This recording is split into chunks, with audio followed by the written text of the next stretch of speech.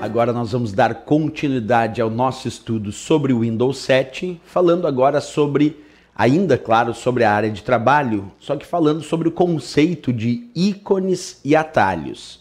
Então vamos verificar a ideia e o que cai em prova normalmente nas bancas em relação a ícones e atalhos. Acompanha comigo. Quando a gente imagina um determinado atalho aqui na área de trabalho do Windows, inclusive eu estou mostrando um aqui, é muito comum idealizar a ideia do conceito de atalho como um vínculo que aponta para um determinado destino, permitindo acesso mais rápido a esse destino. Essa é a ideia do conceito de atalho, um vínculo que aponta para um destino, permitindo acesso mais rápido a esse destino. Mas deixa eu fazer uma diferenciação, observando contigo a análise desse slide. Acompanha comigo. Aqui eu mostro duas situações que podem aparecer na área de trabalho, das quais tu consegue diferenciar quando um ícone de fato é um atalho. Vamos observar isso.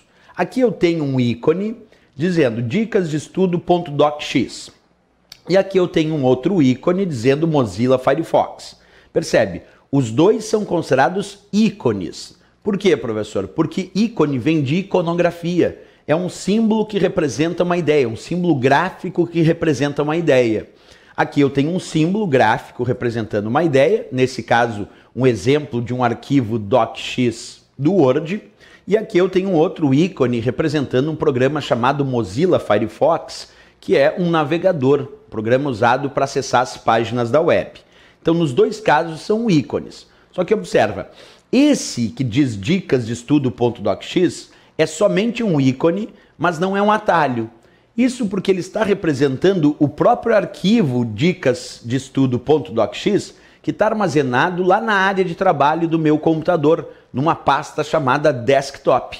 Portanto, esse não é um atalho que me leva ao arquivo dicas de estudo.docx. Não, ele é um ícone representando o próprio arquivo dicas de estudo.docx que está armazenado na área de trabalho, como eu disse, na pasta desktop do meu computador. Então esse não é um atalho que me leva a um destino permitindo um acesso mais rápido. Não, esse é o próprio ícone representando esse arquivo.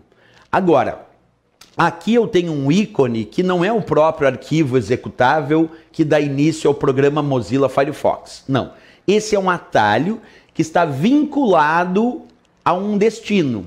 Esse atalho está vinculado ao arquivo executável que dá início ao programa chamado Mozilla Firefox e que está armazenado numa outra pasta do meu computador. Portanto, ele não é um simples ícone. Ele é um ícone porque tem um símbolo representando uma ideia. Mas ele é um atalho. E ele é um atalho porque ele é um vínculo que aponta para um determinado destino, permitindo um acesso mais rápido a esse destino. Nesse caso, ele é um atalho que está apontando para o arquivo executável do programa Mozilla Firefox, que é um programa navegador.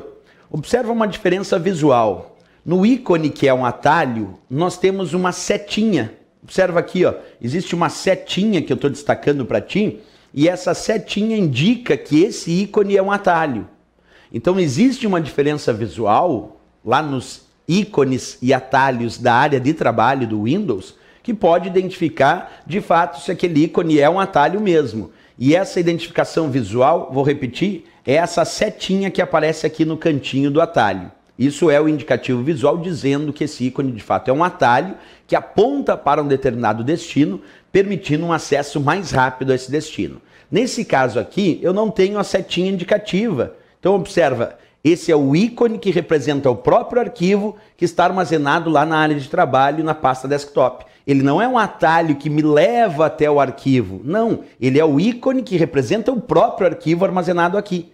E aqui não é o próprio arquivo, aqui é um atalho, sendo um vínculo para um destino, que é o arquivo executável do Mozilla Firefox, que está armazenado em outro lugar. E a diferença visual, repetindo, é essa setinha.